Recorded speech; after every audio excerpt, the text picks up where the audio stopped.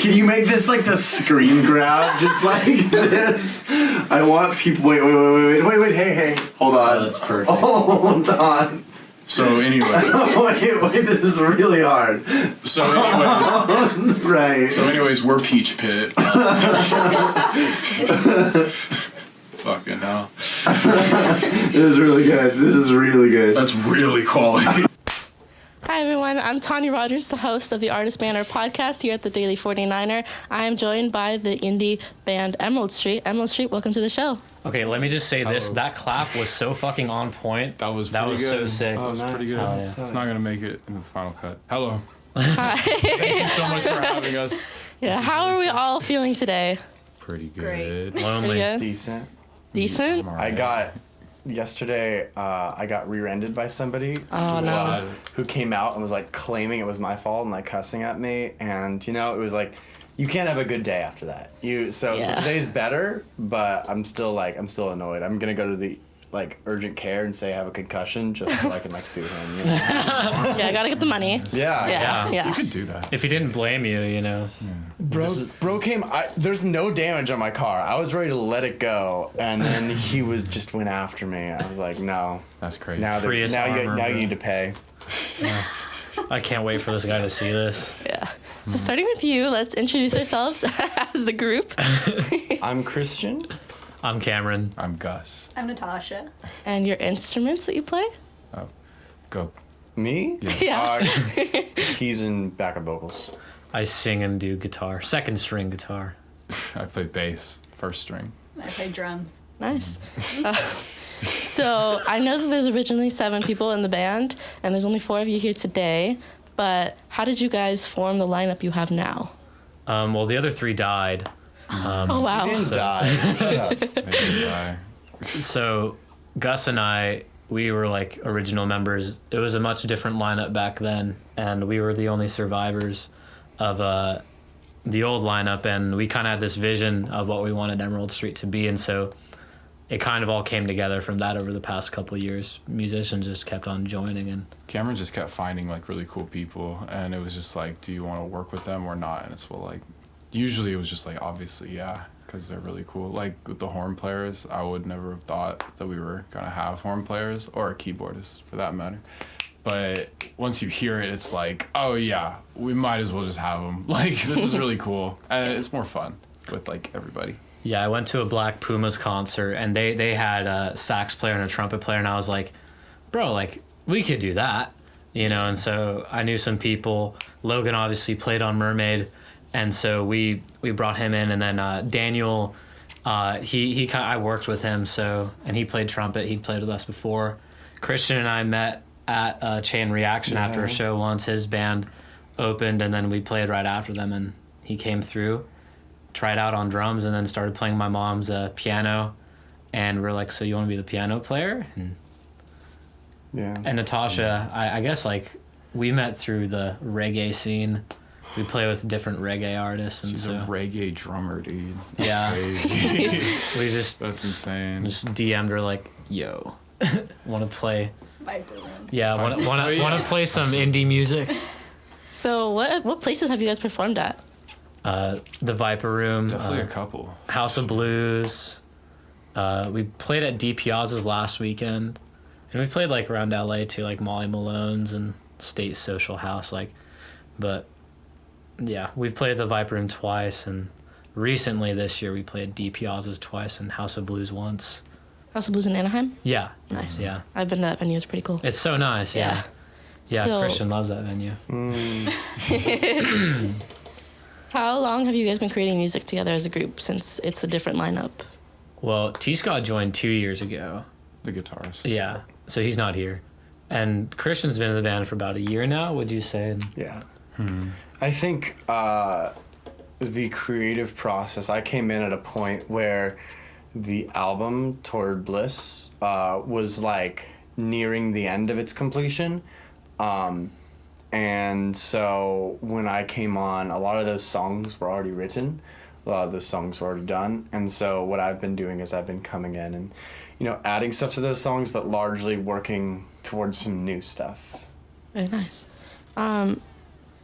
How long have you guys been working on your instruments individually? Because I know it takes a lot of like talent to be in a band and be able to collaborate together. You need to have some sort of knowledge. So how long have you guys been practicing your instruments individually? 2 hours. Right. Picked it up last week. Yeah. How long have you been playing? I've been playing drums for about 14 years, but it's been like on and off with like different bands and different genres of bands. So What's your favorite genre that you've ever played? to play, it's like more like alternative rock. Nice. Yes. What are some of your inspirations? Well, like drummer wise, it would be like Travis Barker or John Bonham. Okay, nice. Bomb. John Bomb. Bomb. Nice. Travis Barker's fucking sick, dude. Speed is amazing. Actually, yeah, he's really cool. Blink-182 just played at Coachella with the original lineup for the first time in 9 years. That's wild. Respect. Shit. Say it ain't so, man. Okay. not true? We still have. Hang on. No. Yeah. What's up? You can go. Oh, it's my turn. I started playing guitar when I was 8, but I really squandered a lot of my time. Like I feel like I never really hit my full potential, I guess, which is why I'm second string guitar. And but I sang in the shower like since I was a kid, but like I kind of got nominated to sing lead vocals 3 years ago. We had no one to do it. Yeah. Have you ever like formally trained your voice? No. No? No. Sound great. Based. Thank you. Yeah. I thought you were gonna be like, oh, that makes sense. Tracks. Yeah. Try it. I've been playing for, I don't know, 7 years, I think. That's Nice. Yeah, I don't even know. Hell Whenever I joined the band, because they were just like, we need a bass player, and I'm like, I don't Necessity. play music, and then they were just like, grab that bass, go ahead. You're the chosen one. Just get in here. And yeah, so it's like it's been on and off, but I have a habit of like pushing myself when it comes to learning shit. So I don't know. I like learning fast things because it makes my brain happy. So like that'll happen, I guess. Gus and I had the same guitar teacher for a while. Oh yeah, that too. Dennis would always be like, I guess- Gus learns this shit so fast, bro. It Like, would what are be you doing?" longer. It would be longer if you considered guitar, but I don't play guitar Yeah. anymore. But I used to play guitar when I was like 10 or 12. I don't know. Yeah. Whenever that time was, that was cool. Gus and I were on the same basketball team, and that's how we kicked ass. My mom was the coach. Went 6-2. Absolutely destroyed these fucking stupid ass teams, bro. It was 100%. It was like how we destroyed these other bands, bro. Like it was sick. That's aggressive. And it was sick. My mom was a coach, and we only lost like the teams that, well, whatever. But like, Yeah, yeah, we his know- dad like talking about told you. my mom about Dennis, and Oh yeah, it was our guitar nice coin- teacher. Dennis, Yeah. like, yeah, he was a big, fucking piece to my development as a guitarist. You He's know, sick. like everything I learned was from him, and I owe it all to him. You know, phenomenal teacher. No, he's really sick. Yeah. Not gonna lie. Christian, how long have you been playing piano? A long time. How Probably, I don't know, probably around 11 years. And formally sing. I've sung for a while, but I was pretty bad until around 3 years ago when COVID hit, and I was like, I really want time to work on my voice. And then COVID hit, and I had too much time. And so, you know, coming in, it was like, it's been pretty fun. I think everybody sort of compliments each other in the band. I got crazy deja vu. That's wild. Jesus. But It's trippy. but everybody in the sort of compliments, and so when I came in, it was really nice seeing all these experienced musicians working together. And I think that in our music, our level of like how many years we've been playing kind of shows. So it's kind of cool. Yeah, playing shows gets you good at an instrument fast for some reason. I don't know why. Just performance. Yeah. Yeah, it's you learn really you learn sick. how to play under pressure, right? Yeah. And that's the biggest thing. Is there's never really pressure from the crowd. It's more like pressure from yourself. Or if you you know. know that there's a person in the crowd who plays your instrument, and it's really scary. Yeah. Especially if they're like a lot better than you too, you know, because they know everything that you're doing, you know, like. That's so uncomfortable. Yeah, it is. Like, what the It fuck? is. But I feel like when like I'm in that situation, like when I'm in the crowd, I'm watching, like when I watched like Diego's show like 2 weeks ago, it's like like I'm not looking at like, oh, he's gonna fuck up, like, you know, like, I'm not looking for that. And I feel Usually like you're most, rooting you know, for them. yeah, you are, because I think a lot of people in the music scene may compare themselves, but you know, like you got a real good friend when they're in the crowd and they're not like comparing themselves to you at all. They're just trying to, you know, see you be the best you can be, you know. Yeah. Okay. But yeah, we've been playing our instruments for a while. Yeah. A little long. A couple minutes for sure. Yeah. 2 hours. 2 hours. So, what do you guys see your future being with the band? You guys feel like you found like a really good group that you could stick with for a while? No. No, you always have to keep moving forward. I think that if you get comfortable, that's the killer of creativity, because then you're just okay with putting out mediocrity. You know, I think that in the band, the goal should always be to outdo what you've done, or at least match it. You know, you should never, in my opinion, take a step back. And so it's like, yeah, we're in a groove of like writing right now, but you know, in about a year, I think that groove we're gonna try to be better than we are now, and then, you know, in a year we'll probably want to be better than we are then too. Yeah, absolutely. Like a big philosophy and vision that I have for Emerald Street is, you know, like as long as like we're improving at our instruments, you know, that's what matters. As long as we're improving as a band, and as long as our music's getting better, as long as we're growing, like it makes me so uncomfortable when we're not getting better. Like if we have like a really good show and then like we do another show a couple weeks later and it wasn't as good as the previous show, like that's when like I get really nervous, because I'm like, what's going on here? Like there's a problem, we need to fix that.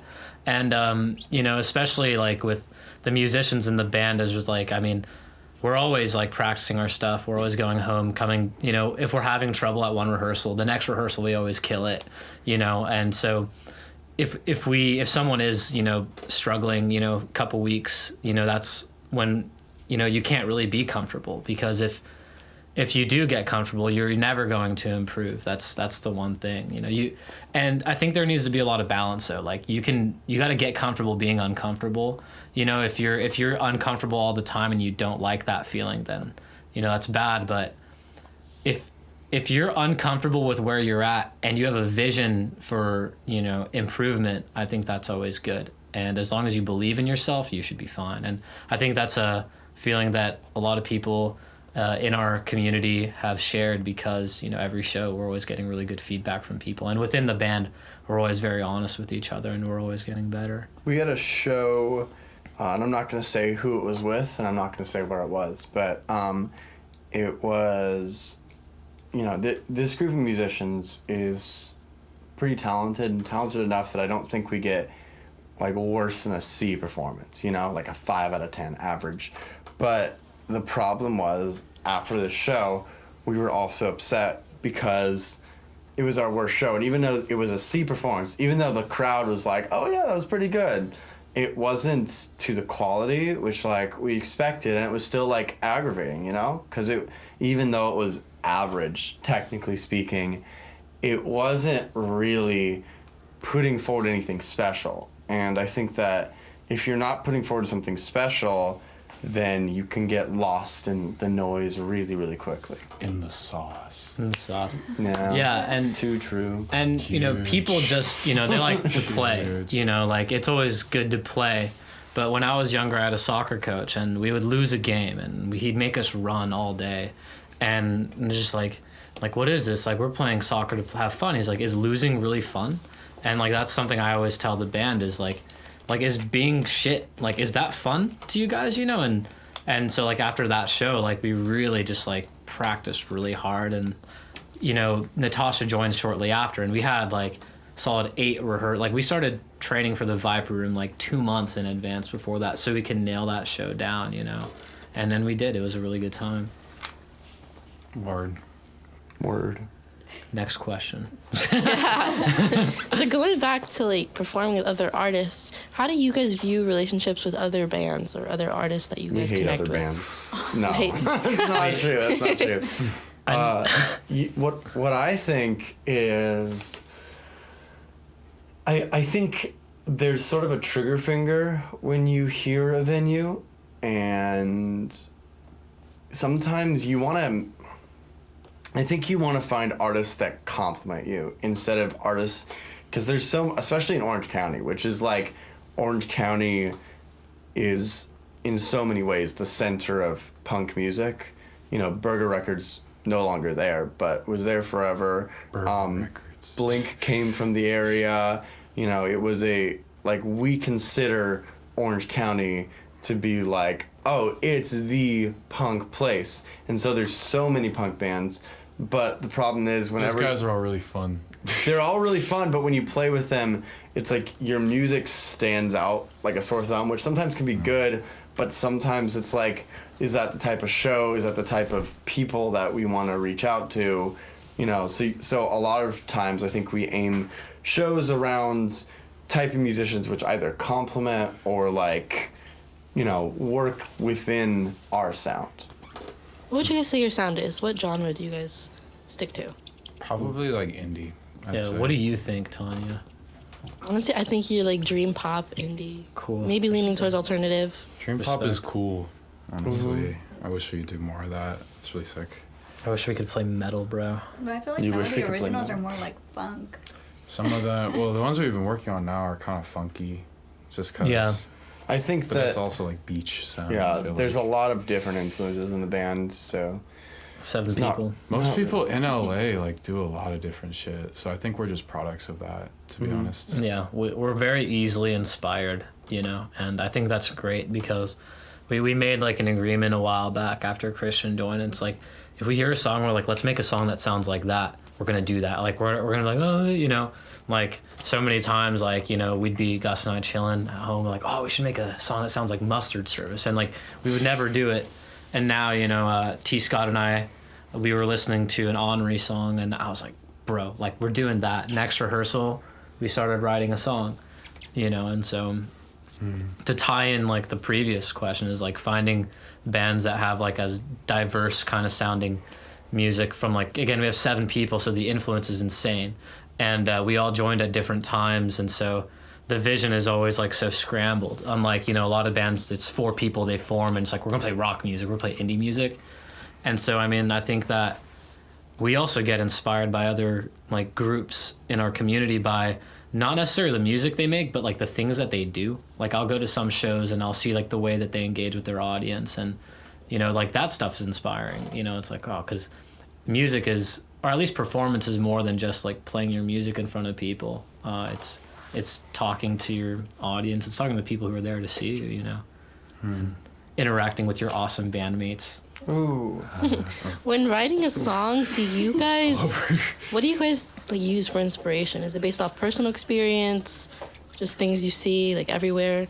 I think the biggest thing with songwriting, in my opinion, is to keep working at your instrument, because I think that for me, songwriting comes from a place of like, I try to switch up from keyboard to bass to like guitar to like ukulele, and just like try something new, and from that try to get out of your comfort zone. I think that the best writing is made with like limitations, where you sort of like put yourself in a box and you're like, I'm gonna do this and I'm gonna figure this out, instead of being comfortable, because you could easily just go up, especially nowadays with all the technology you have, you could be a first-time musician, download GarageBand, put on like some pretty synths, and let that sound do all the work for you.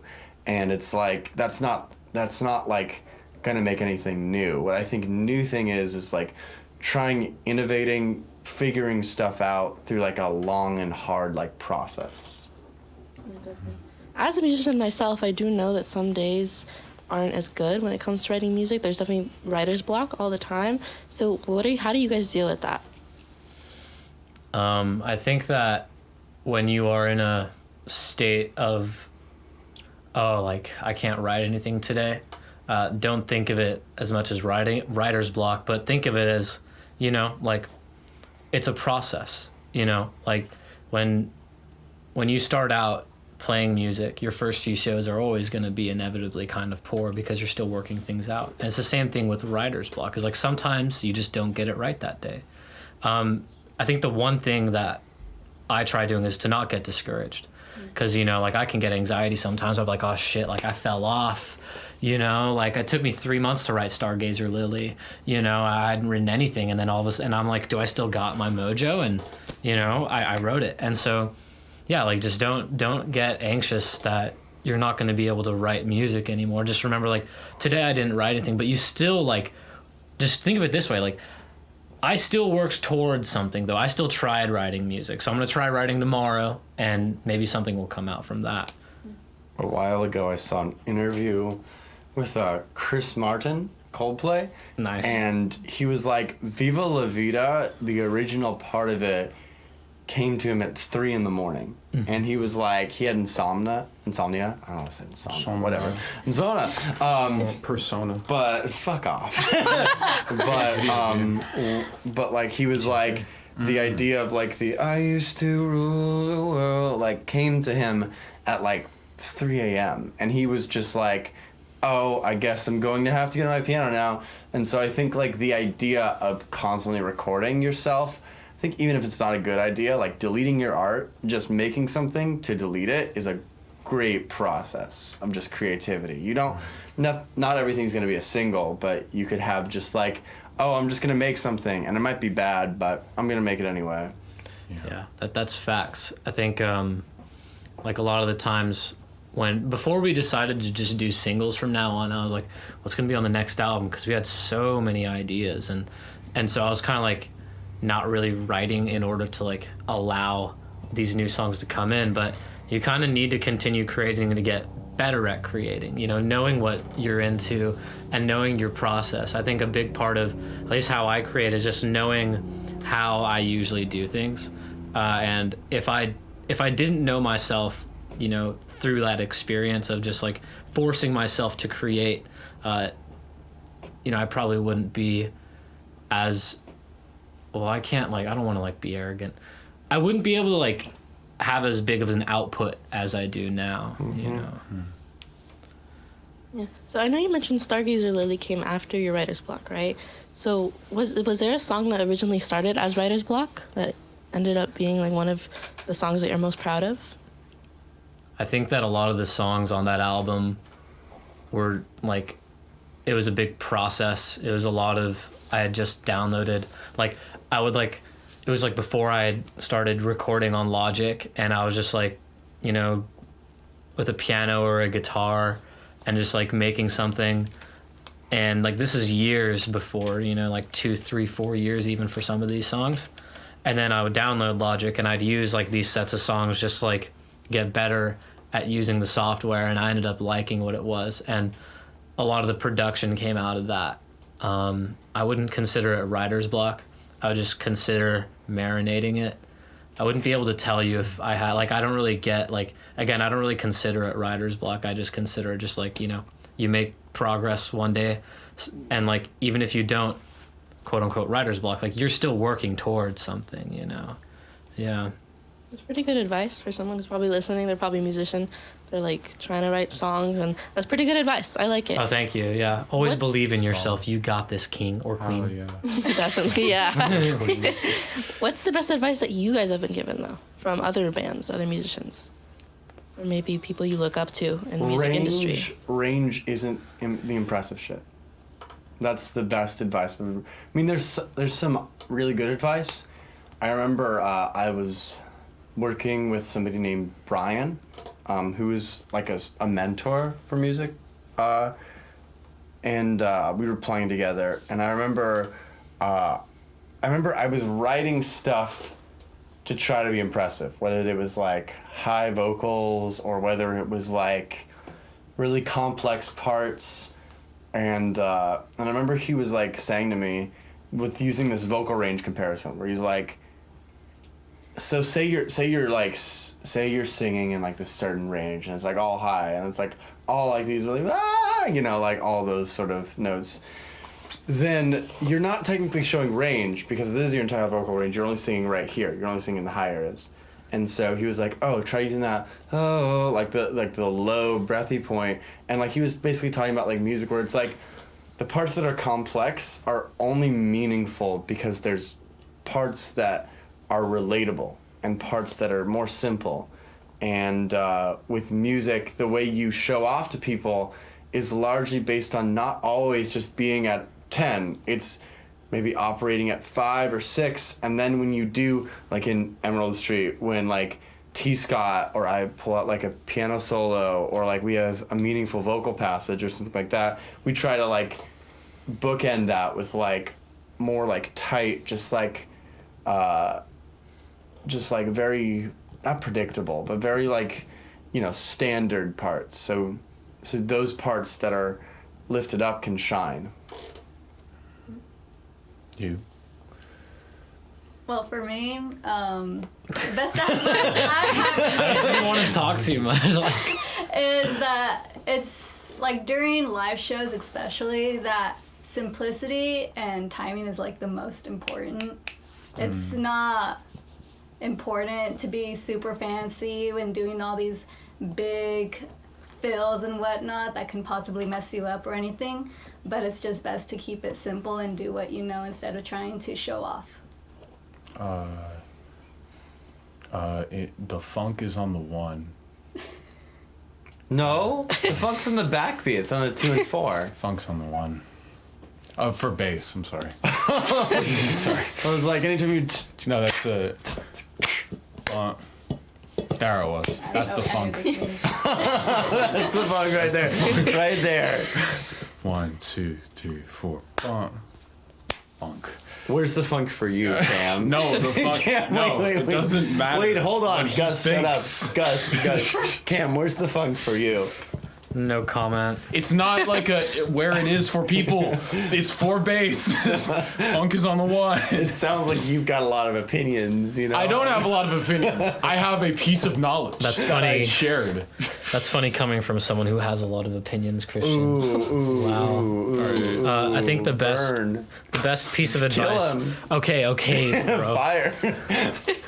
I think the best piece of advice that I got, I guess like I know like I make fun of like punk bands and metal bands and just like bands in general, but like I'm joking, like I love like mostly everyone in our community.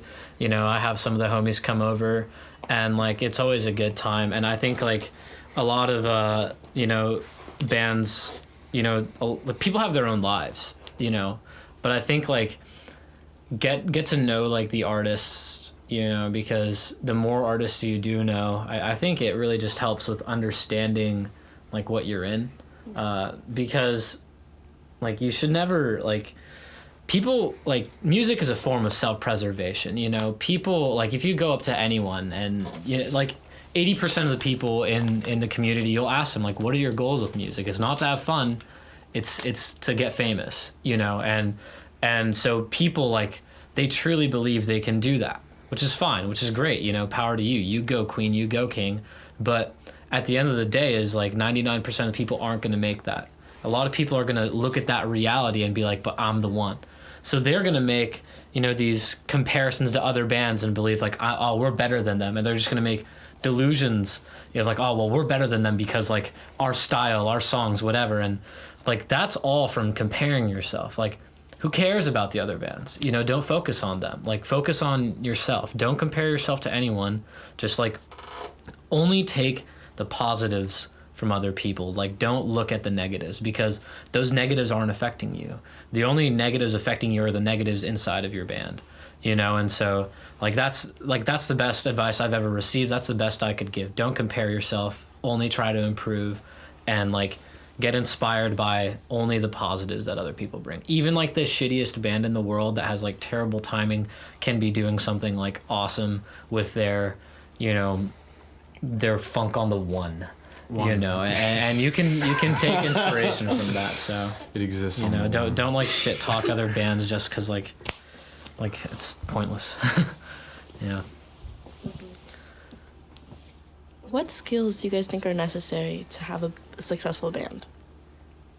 Skills I don't have. Editing in the way that I think when you write a song that you think is good, the song isn't good until somebody else says it's good. That's my theory. And that could be a family member, that could be a bandmate, that could be somebody entirely removed. But if somebody says something is like fine, don't try to like go into like your defense mode and be like, but I worked really hard at it, but I want it to be good, you know? Yeah. Instead, have humility, be like, okay, let's try something new. Because I don't think music is just marketing, but I do think that there's a reason why we like certain artists. There's a reason why certain artists are lifted up high. There's a reason why certain artists are like thought of as not as good. And I think that a lot of that has to do with editing and thinking about what your audience is and what your audience could be.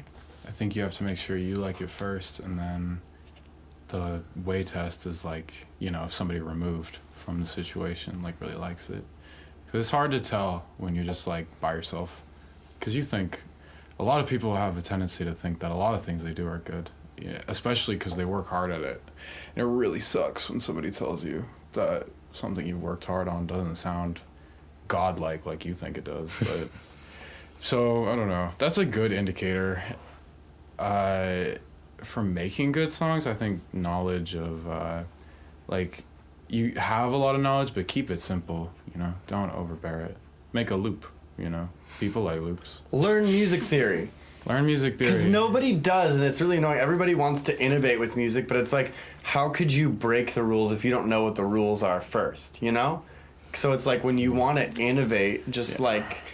Don't be afraid to follow the rules also. Like, I know, yeah. You can yeah. make some really cool stuff out of some really basic chords. You can do a 4-chord thing. Yeah. And I'll be happy. Learn Like, how to subvert it matter. instead of just going at it blind, because if you go at it blind, you're going to just base what you're doing on stuff you already know, which is inevitably just going to sound like redundant.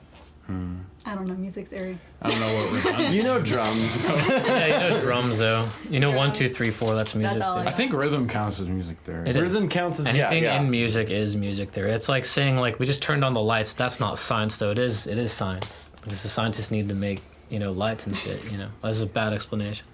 But I think that like one thing that the question is, what was the question again? I don't know. What skills do you guys think are necessary to have a successful band? Like successful in what way? Like happy or like Like Not only famous on or the like- technical side, but also in the community side. Because the group means that you guys spend all your time together, and you guys need to have a strong bond in order to be able to collaborate effectively. Yeah, I think So like other skills I mean are like confidence or things like that.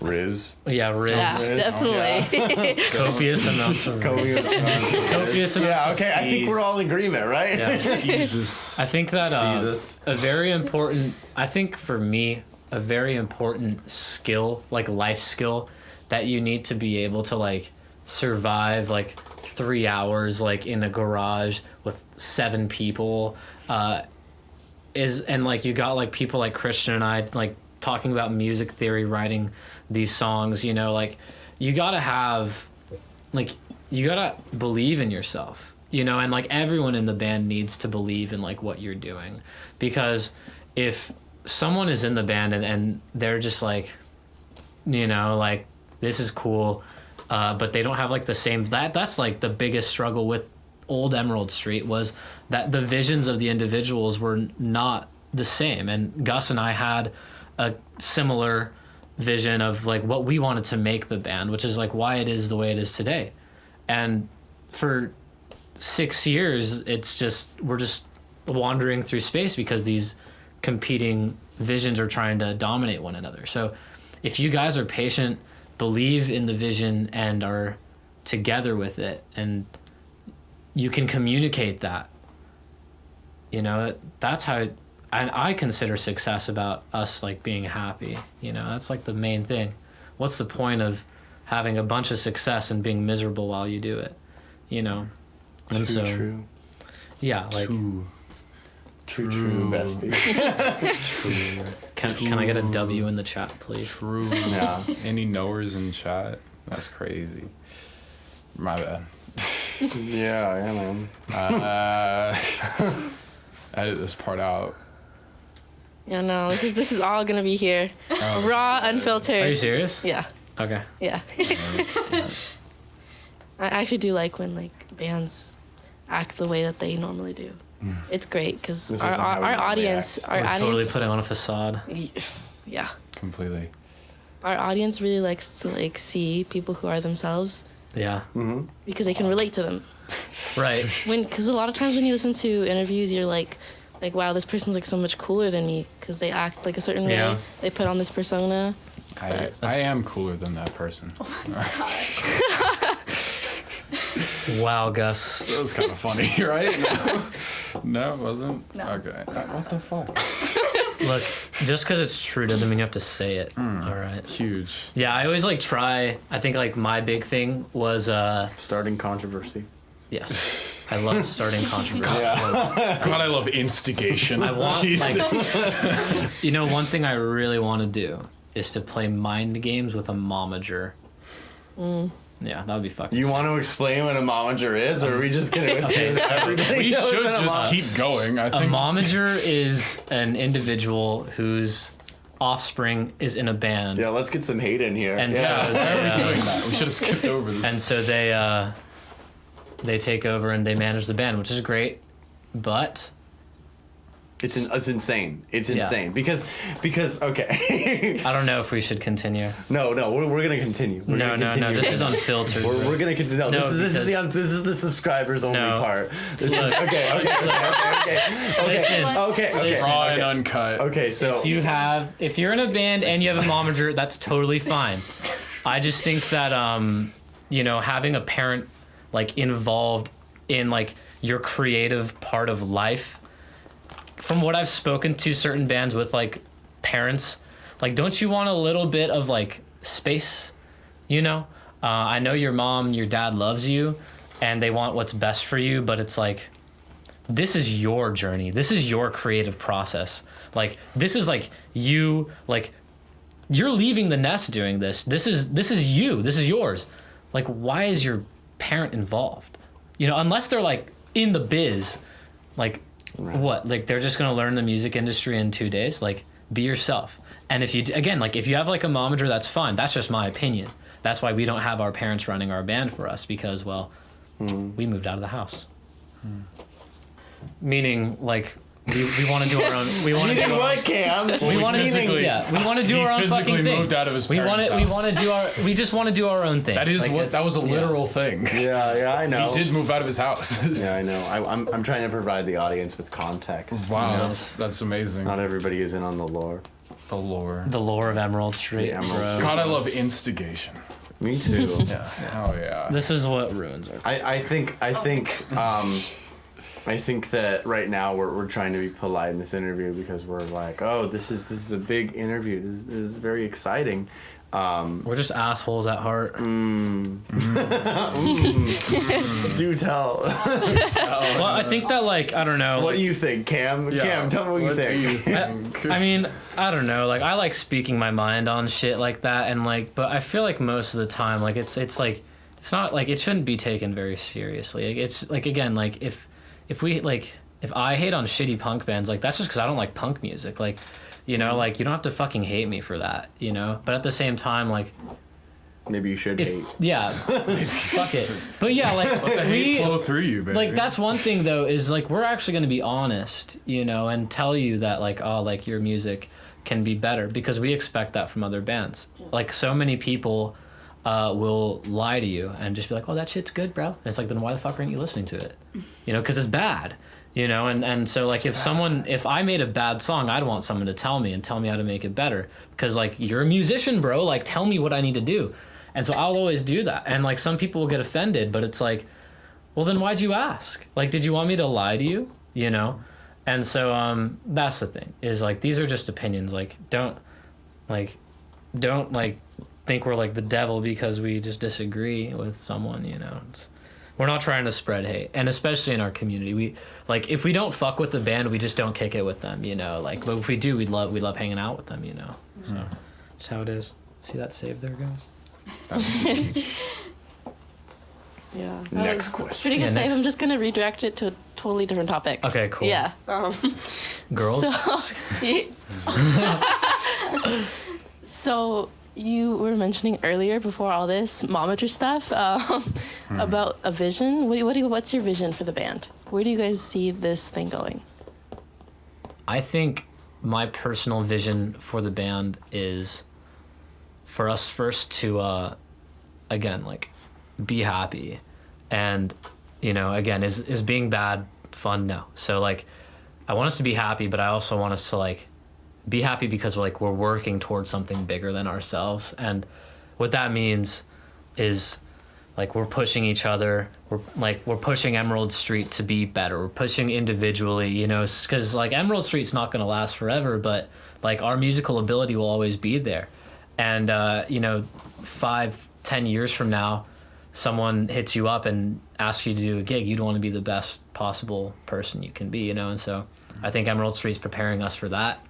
And I also think that just, like, being able to create freely as a unit and play live shows, like, again, as long as we're growing, you know, as long as we're growing, it's good. As long as we're getting better, that's the vision. As, like, the vision that I don't have is us, like, being comfortable and not improving, you know? That's...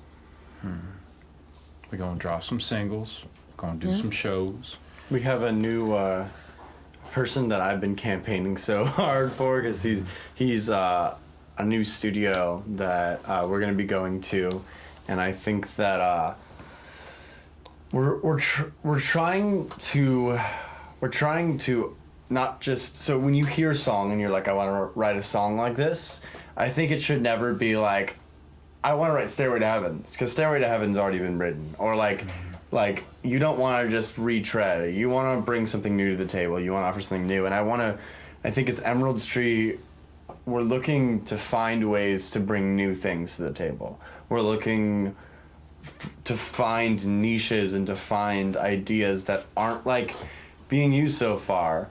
And, you know, we try, not everyone has to work, but, you know, we're looking for those ideas. We're looking for those things to do.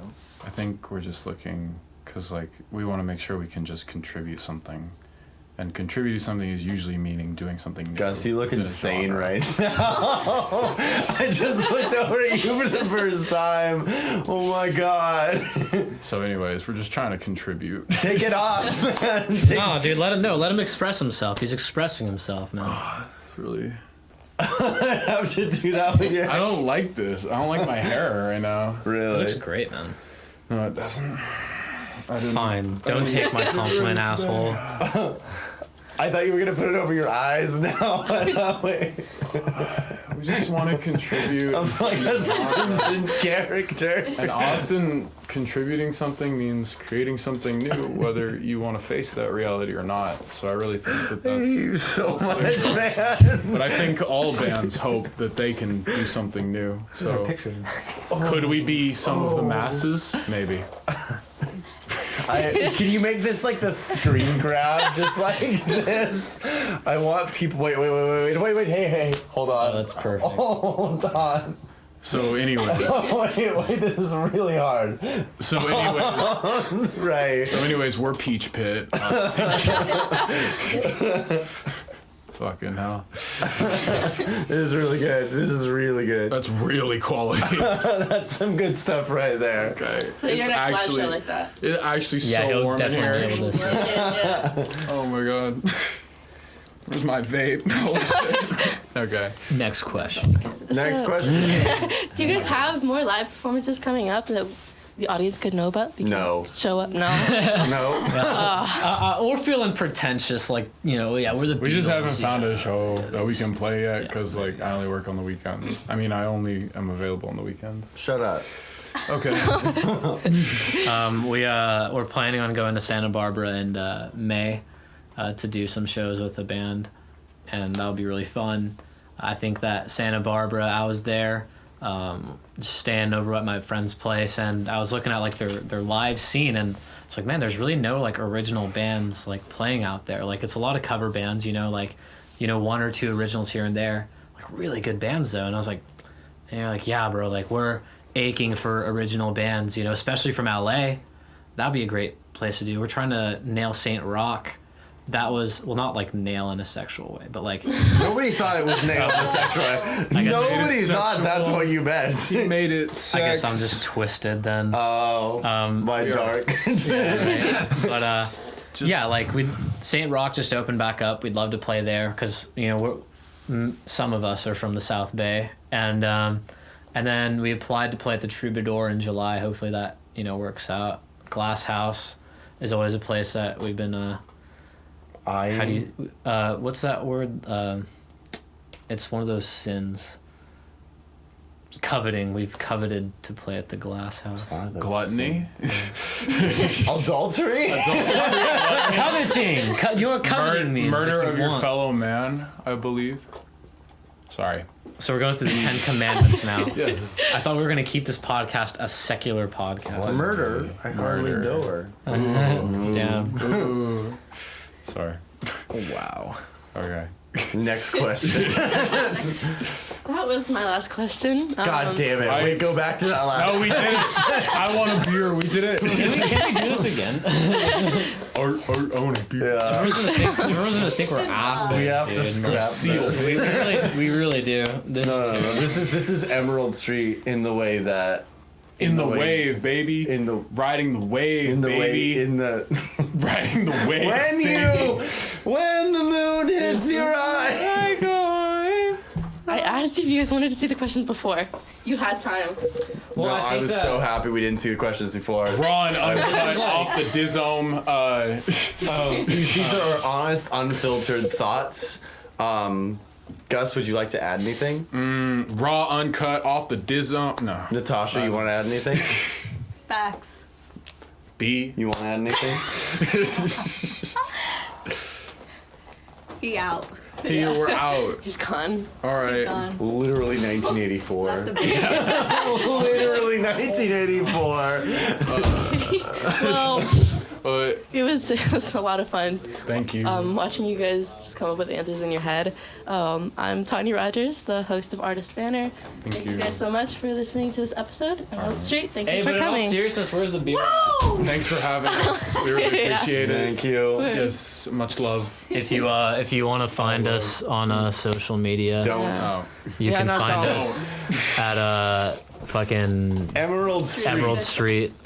Emerald Street Official, that's your Instagram, right? Yeah. Yeah. Stream, I need you. Yeah, but like, don't even like. Oh, no. Yeah.